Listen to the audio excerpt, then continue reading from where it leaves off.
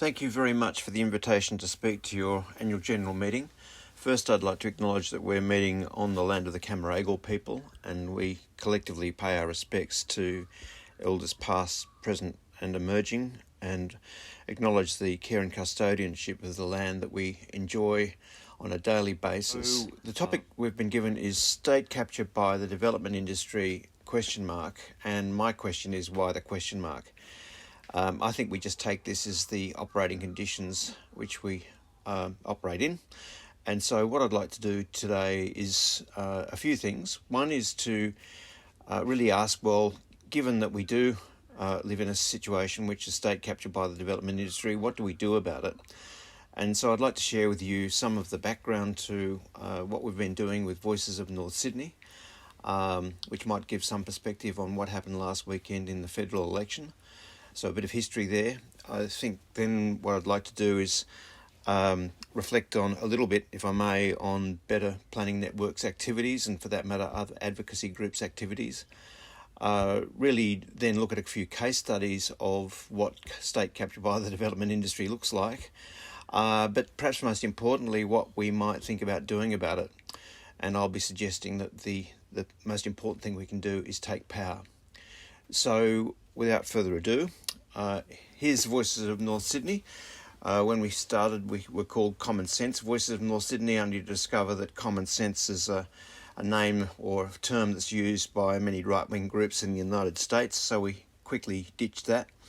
You can see down the bottom there, the 27th of May 2020, so this was our first Zoom town hall, and what we were looking at in that town hall was really the level of dissatisfaction and lack of trust in government. All this information is well understood, well known and acknowledged.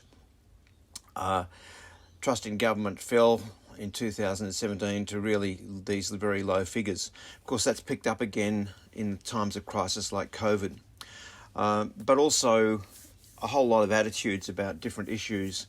So in 2019, the most important election issues included 81% of people being somewhat or extremely concerned about global warming. And over on the right, you can see that, in fact, in 2007 was the first time that global warming emerged as a separate term compared to the environment. And you can see that global warming was most important to 10% of the voters and environment most important to 11%. So putting those together, that's a pretty significant percentage of people concerned about it. At the same time, what were we doing about it? Well, not much. And so this slide also shows really the challenge we have in another way, which is that unfortunately evidence-based planning and rational argument doesn't necessarily win the day in politics. Politics is driven much more by beliefs and by values, and for that matter by emotion. And so why we set ourselves up was to attempt to cut through that. And I guess one of the things that came out last weekend, if I may reflect on that for a moment, is perhaps the emotional driver of betrayal, which is, yes, there's distrust of government, but if we translate that through into almost a visceral emotional response to what was going on, really it's the betrayal of the public and the failure of our political system, and for that matter, the decline in our democratic processes, that's the problem. So what we did, so this is really stepping through the last 2 years really quickly. We got depressed and then angry, and my wife, who is the co-founder of Voices for North Sydney, met with Voices for Indi and discussed with them what had happened down there. Our main interest was to fix democracy, because we've got to fix democracy in order to be able to address everything else. They're not just symptoms, they're not symptoms of a failure of democracy, but in order to address issues of climate, integrity, Indigenous recognition, which are the main issues that came out from our kitchen tables, really we need to have a strong democracy and recognise that there's actually limits to what politicians might want to take on, and I'll talk about that a bit more. But we ran kitchen table conversations, as they're called, with about 150 people. Kitchen table conversations are really important because the aim is to not be in the echo chamber, but to invite people to have respectful conversations. And I should stress that these are undirected conversations. In other words, you don't start off by saying, look, climate change is an issue or integrity in government's an issue. These are completely open-ended conversations, and the issues come from what people just bring up in discussions. So it'd be great if people could pick that up and really carry that process on. What we then did with the results of that, which I'll show you in a moment, we met with Trent Zimmerman, who is our local member, and brought to his attention that really these were the major issues. And at that time, you might recall, which is the beginning of 2020, Zali Steggall's bill was presented in various ways to Parliament, and we said to Trent Zimmerman, isn't this amazing?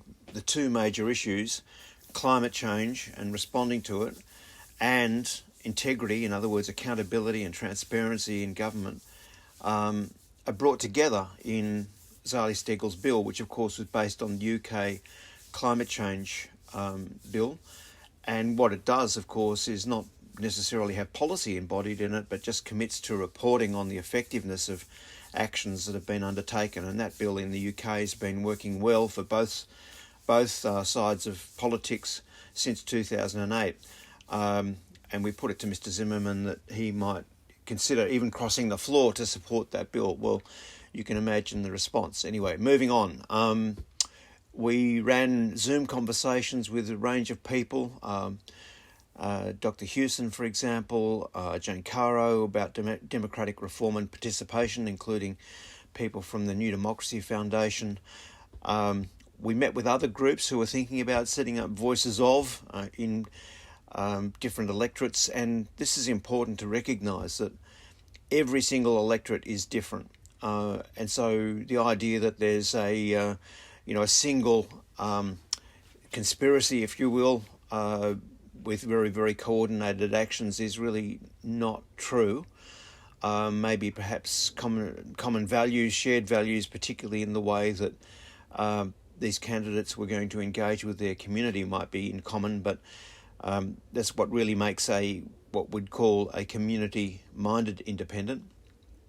And then what happened was that we really stepped back from finding a candidate when another group called North Sydney's Independent set up, and they actually went out and looked for a candidate, and they were the people who then found and selected Kylie Tink. As I said at the beginning, we're interested in democracy, so we kept on going with local elections. We prepared what we called the Declaration of Independence. We again ran Zoom town halls for those local independents coming up to the local government elections. Which saw a very, very big change in Lane Cove council makeup and also North Sydney council makeup. We'd hope that we had something to do with that, with people really committed to better community engagement. We then became involved with the Willoughby by-election, and then afterwards there was analysis and awareness raising of just what the effect of optional preferential voting was. That was introduced by Neville Wran and was intended to split the Liberal and Country Party vote, but it's had really unintentional consequences, I think. And in the case of the Willoughby by-election, the consequence was that the independent candidate, Larissa Penn, did not get elected, whereas if there had been mandatory preferential voting, our estimates showed that she probably would have been successful. Then with the federal, we ran Meet the Candidates, explainers. We hosted a couple of sessions for the Reason Party and for the New Liberals for their Senate run. We also prepared a quiz. It's very similar to a how to vote card, actually, because what it does is really align, or lets you see how your values and priorities are aligned or not with the various candidates' policies in relationship to the major issues that have been identified. Now, what this is showing is all of the electorate results from the 2019 election, and what you can see of great interest is, in fact, a cluster of high income households are actually shifting towards Labor in this case. Of course, Warringah's way off the scale. And when you look at those mapped, they're all our neighbours. When I talk about our neighbours, right around North Sydney, there's Bennelong, Bradfield, Mackellar, Warringah. Really a very pronounced shift there, and that's all of the electorates in Australia. And of course, that is what has come to pass with the shift in the representation there to independents. And as you can see, Bradfield, I'd say, is still very, very much in play. Very, very close there with Nicolette Bowler, who's been a very active climate change policy person for many, many years. And so this is the result of all of our early surveys and voices in the pub, and you can see here that climate change was way ahead of the next, which was in fact integrity. Those two are way ahead of the next issues, which happen to be then tertiary education, Indigenous recognition and so forth. The things have changed with COVID quite a bit, but those issues really just stayed the same all the way through COVID. Climate change and integrity in government really didn't shift that much. And when it comes to the local issues, what you see here is things such as major projects like the Beaches Link, environment, waste and pollution, but really all of that can be summarised with concerns about overdevelopment and local character, and again, sort of transparency in local government. So putting all that together, I think there's some tough questions for BPN if your concerns are also to do with overdevelopment and the quality of the built environment, but also, dare I say it, bigger issues to do with climate change. What's been effective? Letters, petitions. Well, petitions can have to be formally recognised, and they may be when you present them to Parliament, if they're in the right format and addressed correctly. And a response, if there's more than 500, might be required, but there's actually not necessarily any formal process to follow that up. Now, submissions. Look, I've been involved with submissions. I know how much effort they take, an extraordinary amount of effort I know that BPN's put in over many years in writing submissions. Community meetings, the problem being that, look, let's admit that we're probably living in an echo chamber. We're often dismissed as squeaky wheels, and let's be honest, there's probably something true in that. And so we can't simply dismiss that. Meetings with members of Parliament, well, I think you know what happens, that yes, there's a lot of commitments made perhaps, or promises, but there's really no process there to hold them to their word or their account. I'm not saying they're dishonest, but there's actually no real necessity for them to act in response. And so all of this incredible work and effort, energy, emotional effort and time is of course subjected to what I'd call the calculus of political advantage. In other words, unless there's something to be gained in the political sphere, nothing's going to change. So, look, this is just an acknowledgement of the amount of work that you do, and I'm not really wanting to dismiss that at all. There's really an extraordinary amount of intellectual effort and, if you like, development of policy. It's a matter of getting this to happen, of course. So it's not that the thinking isn't there. And the same, I'm using the example here of the Planning Institute of Australia as well, and also acknowledging again what Tim was saying. Really, the advocacy groups put in an unbelievable amount of effort, actually. So I've just given you a snapshot. There's, as you can see, 26 pages of policy there. When you count up all the submissions, we're talking literally hundreds of submissions in relationship to a whole lot of policy to do with planning. So you're not alone. But back to petitions for a moment. You might recall the petition against the stadiums, $2 billion of expenditure, 223,773 signatures. I think there were more than that. But anyway, I'm not sure that they were in the right format. And so I don't think that there was necessarily any formal response from the government in relation to that. There was a separate submission with a fewer number of signatures, but nothing changed, as we know. And just to give you an indication of what the priorities in Australia are, the biggest petition nationwide ever was to do with community pharmacies in 2014. But the second biggest was in 2000, which was a 792,000 person petition complaining about the proposal to increase taxation on beer. BPN objectives. These are your objectives off the website. I won't go through this, but I think they're a pretty good scope. I don't think there's any need to expand those or necessarily to even refine them. It's pretty clear. I think it covers the territory really well. So just to simplify it a little bit, overdevelopment, I think, it is the impacts on natural and heritage values. And what is the quid pro quo? In other words, what is the deal? If there's going to be development, then what is done in exchange? What is the compact with the public? And of course, when we talk about development, people say, well, we're not necessarily against development, but we want quality. Now, the shelving of the design and play SEP, which a number of people have spoken to previously, and I know BPN's been very active in looking at that and contributing to its formulation, is now shelved, as we know. So where is it defined? It is important to define it in planning processes. And lastly, where is the improvement in housing affordability and affordable housing that's supposed to be flowing from increased supply of housing? And here's a quote from someone. This is where there's a bit of audience participation. Perhaps overdevelopment does not exist, infrastructure failure exists. This is a quote from 2019 by the current planning minister. And I think it's a fair enough thing to say. Well, if there is infrastructure failure, then let's recognise it. And, the point here is,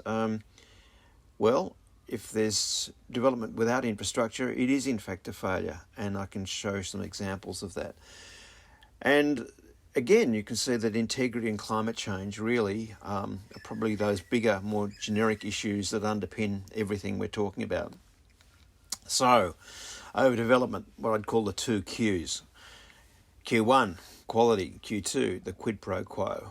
And what I mean by that is that quality, we need the design and play SEP. It's not perfect, but it was better than nothing. I think it needs further improvement, and I'll talk about that.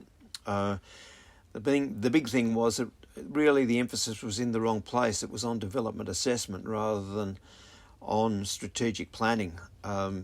Really, the issues we're talking about needs to engage the community and really be brought into the strategic planning stage where you're actually making the plans, where you're actually formulating the local environment plans and the DCPs and so on. That's where it counts. And generally, these processes cannot be developer-led. Now, some in the room might say should never be developer-led.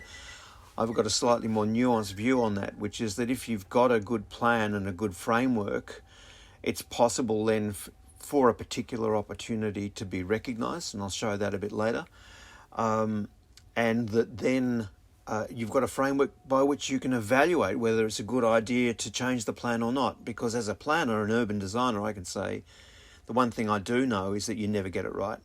There's no such thing as a perfect master plan that should be absolutely locked in with no potential for change, because that's the nature of cities. The nature of cities is to allow for appropriate city making and creation, and I know Elizabeth will speak about that.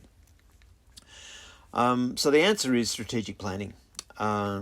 Strategic planning must involve the community. It must also provide transparent framework for flexibility that I've just talked about, and it must have a process that is transparent and accountable. And the quid pro quo, well, infrastructure delivered ahead of demand. It's no good in putting in parks and putting in cycleways after everyone's moved in. And the same goes for public transport. As soon as you've locked in demand for car-based travel, it's very, very hard to wind that back. And infrastructure includes blue and green infrastructure, parkland and water-sensitive urban design and management of waterways. And for that matter, infrastructure includes affordable housing for young and old. We've got to really rethink what housing is. It's not an investment vehicle. It actually is a human right. And to that extent, it's just as important to have affordable housing through the city as is any other infrastructure. So the reforms, which I don't think have been anywhere near keeping up with what we need to have to hand in terms of mechanism to make good design, to achieve that quality, is the forward funding of infrastructure. It's not just me saying this, it's also, of course, the development industry saying that. And there's a very good basis for saying that. It's in the public interest and gets better value for the public if there's forward funding of infrastructure. And these other things which might seem a bit obscure, but reforms to the Just Terms Compensation Act, mechanisms for value capture, mechanisms such as tradable development rights that allows variations in built form and so forth, or timing of development in different areas. That's getting a bit technical, I know, but what I'm talking about here is that as an urban designer and planner, I know that you want to have mechanisms that essentially allow you to respond to the particular opportunities of a site, and then for that to be recognised and to be able to then compensate people and have something where there's a sort of a management regime and care for place, whether that's local government or a precinct regime of some sort. That's really important, and we simply don't have enough of those tools. So in terms of examples, a case study, yes, what you see is not what you get. So this is the 2036 plan from St Leonard's in Crow's Nest. It produced a whole lot of quite detailed controls, heights and densities and ideas about the site types of use.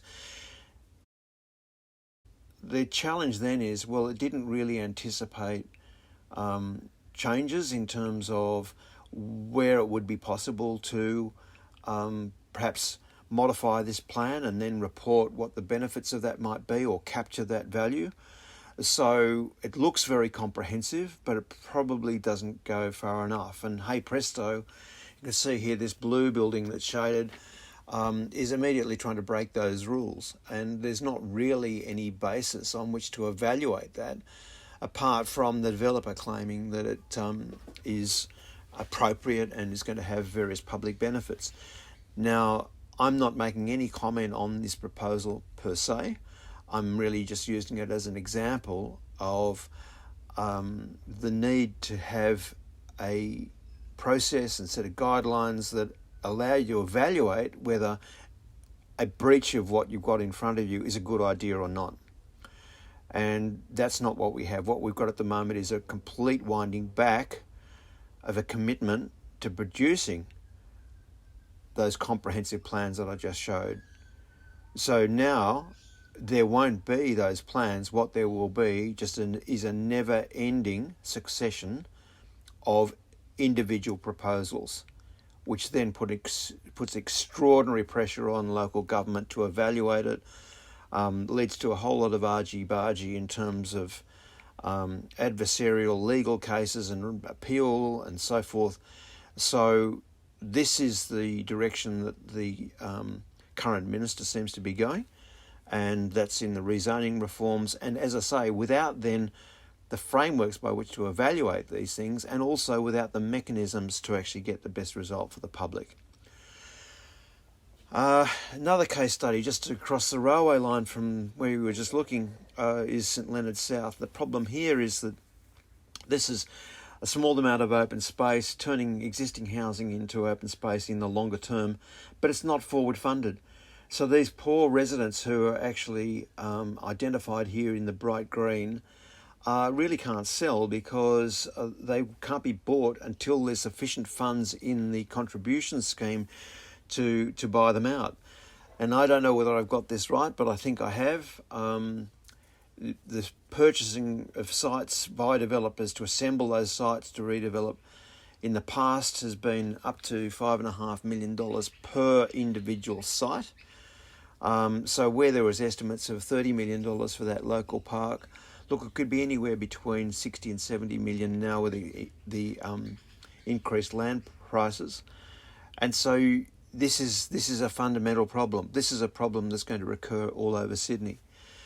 And I suppose going right back to the first slide in question, has the development industry, has the state been overtaken by the development industry? I would say absolutely. There's no question that we live in a state of neoliberalism, if you like, which is, to really make it even more pointed, you may be familiar with the term disaster capitalism, which is when there's a crisis, it's then turned into a business opportunity of some sort. And the way that the housing crisis is characterised is as a sort of disaster or as a crisis. And of course that then is turned into the need for housing supply as being the panacea for this, which we know is only part of the solution. And so what you then, of course, have is a housing crisis, which becomes a business opportunity. And that's tied in with, trickle-down economics about restructuring the city and so forth. So we've moved from the functionalist idea of the city to truly a view of the city where it's creating business opportunities for major developers and so forth. So it's even gone from the private investment, the individual investment in a house, which has been said to be the greatest increase in household wealth for some, to really this crisis being turned into, if you like, a business opportunity across the board. And as an illustration of that, of really not terribly well thought proposals for intensification, comes from the Committee for Sydney, who usually do pretty thorough and rigorous work, but their latest work I've been quite critical of, because what it does is really doesn't take into account all those things I was talking about, the quid pro quo, the mechanisms to actually create great places.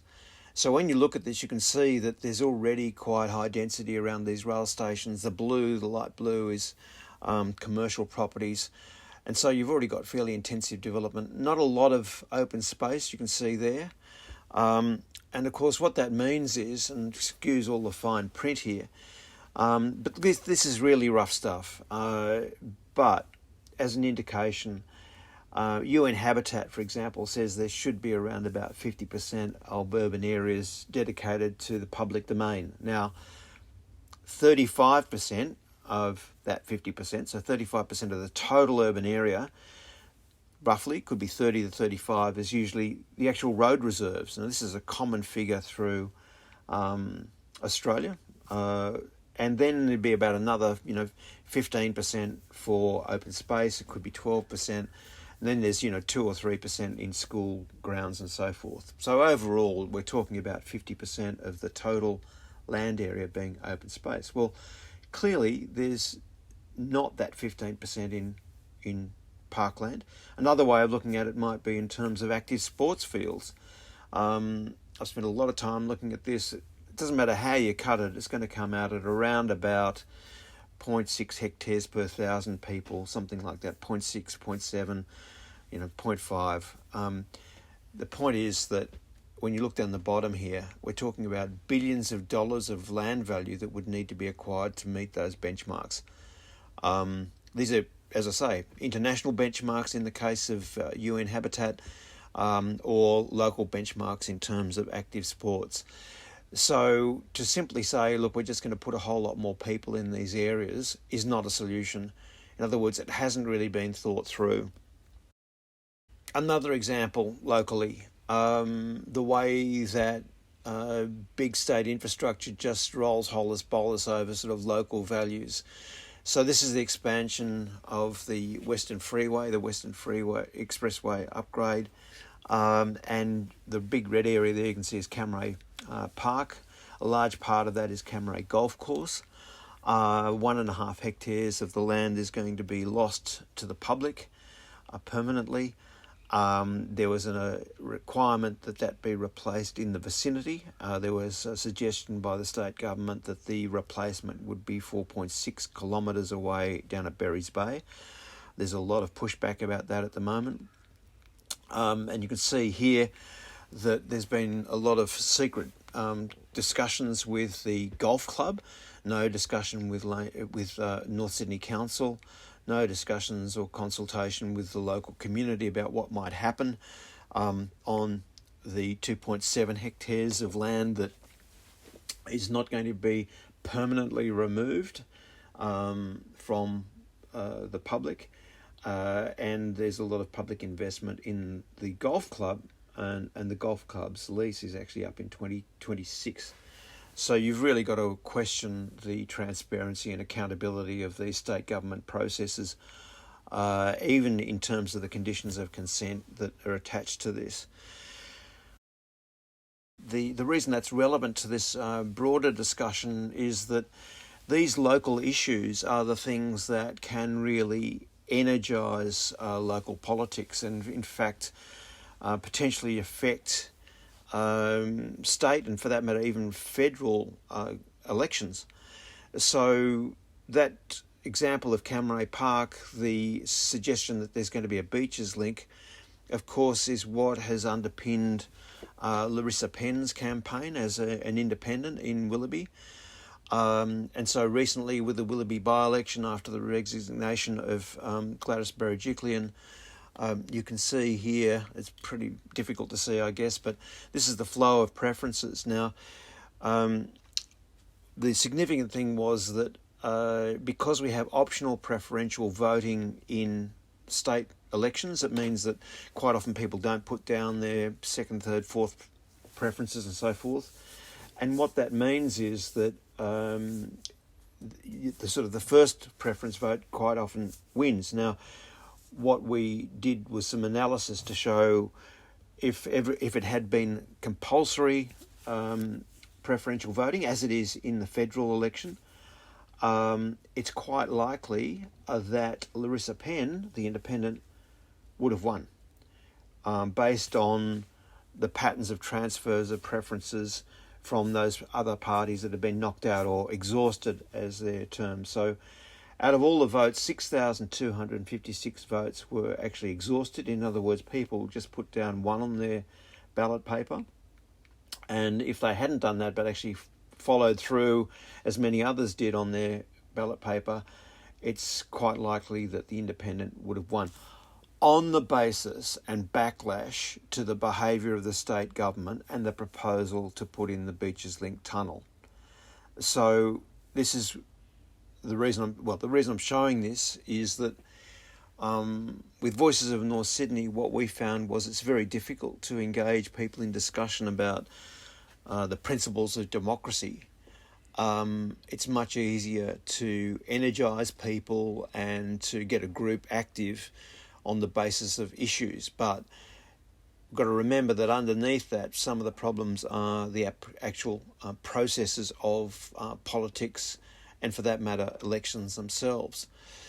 So just reflecting then on the Teal takeover, which we're all, of course, pretty energised and excited by, it's really only just begun. And what I mean by that is that there's still a need for a reform of the apparatus of politics.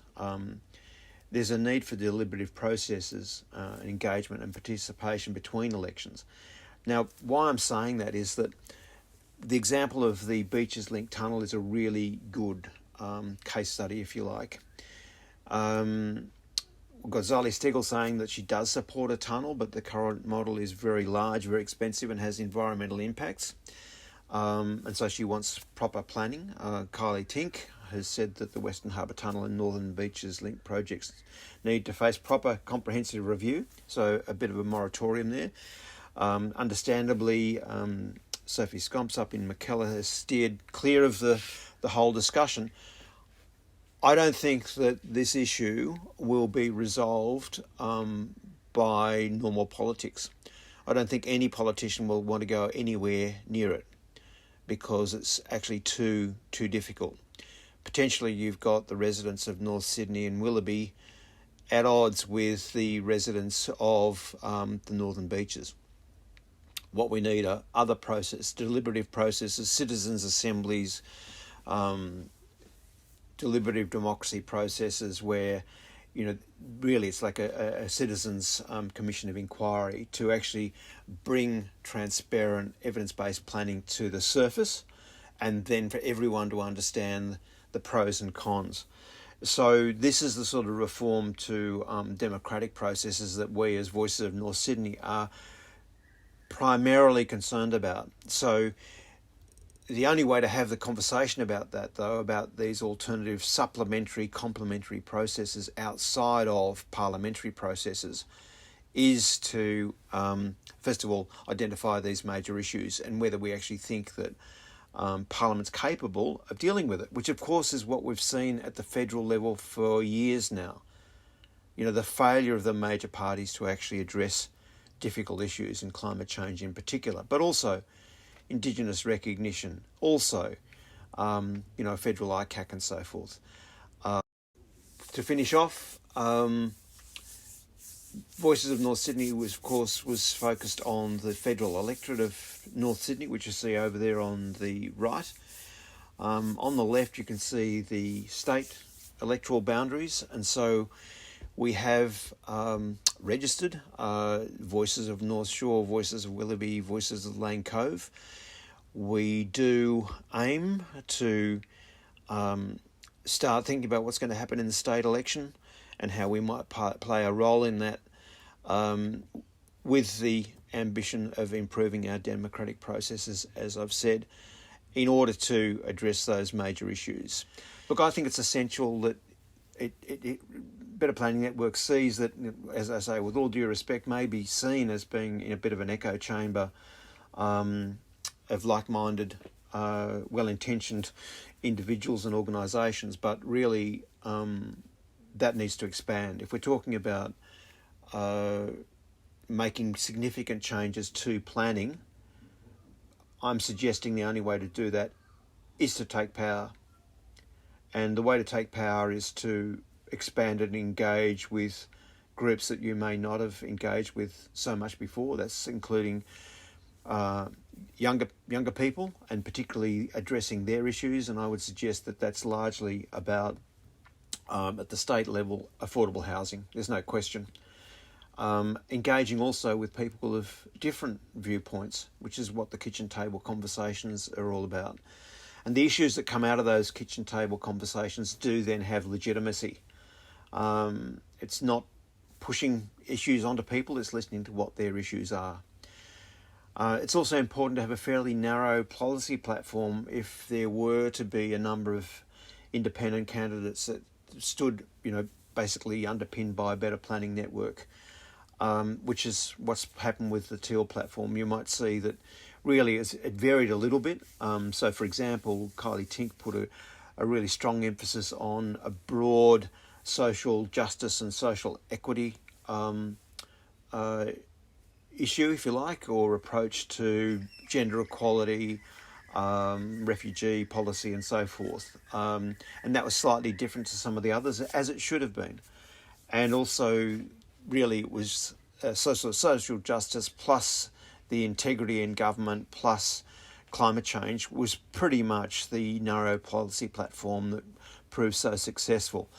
Quite understandably avoiding some of the more contentious issues for the moment, and not necessarily speaking about issues that hadn't been brought to their attention, let's say. I think also you really do need to consider some what I'd call unusual alliances. Look, there are good developers out there who also recognise that good strategic planning, good frameworks actually can help them get quicker approvals, but at the same time meet the quality that the community demands and expects. So the way forward, as I say, I think it is a matter of taking power. We're happy to help. When I say we've got the apparatus, we've got the run sheets for how to do kitchen table conversations. We've got our Represent Me tool, which can be adapted to state government. I think the way to do that, as I say, is to network with other organisations. So it's not just Better Planning Network, but Better Planning Network with other groups that are in your local areas that I think would benefit immensely from running these kitchen table processes, and perhaps setting up your own voices of state electorate organisations, which is they can be very, very simple organisations or just really agreements. I think there's a great opportunity to demand and contribute to the community participation plans that are currently being prepared by local government. That's a place where, if you like, the design and place SEP could be revived and reinserted. And I think that, really, when I say wedging and demand, what I mean is that really the activation of local groups to say this is what do you want in your local area, and then to really demand that the candidates say what they're going to do about these things and hold them to account in their policy and their positions in the lead up to the state election in 2023. And lastly, to recognise the political realities. And what I mean by that is that I guess this recognising the limitations, dare I say it, of parliamentary democracy. And this is something that I think is most alarming. When you hear around the world that there's a lack of trust in democracy, and that there are some idea of some alternative approach and so forth, which is extremely worrying. I think it's really important to think about how we fill that void, or how we actually address that distrust. And I think it's fair to say that processes such as citizens' assemblies, which have dealt with very, very divisive issues and been able to cut through and come up with a result and a decision that's been acceptable, and beyond that actually embraced and understood and accepted by the population, is something we really need to think about. So, for example, marriage equality in Australia, but in Ireland, for example, the whole abortion debate was actually resolved. It could not be addressed adequately through normal political processes because, like it or not, our political process is framed as being the contest of ideas, which very, very quickly degenerates into the polarisation of particular positions, which doesn't actually help us at all. So, in other words, a reintegration, if you like, of the citizen into these processes of decision making, perhaps, but also in terms of just looking at the evidence and presenting that evidence back in an informed way through deliberative, considered, rational, respectful processes, we think is a very important thing to have sitting alongside parliamentary processes. So that's it from me. I hope this has been of some interest, and please do reach out to Voices of North Sydney if you'd like to discuss what might be possible in your local area. Thank you very much.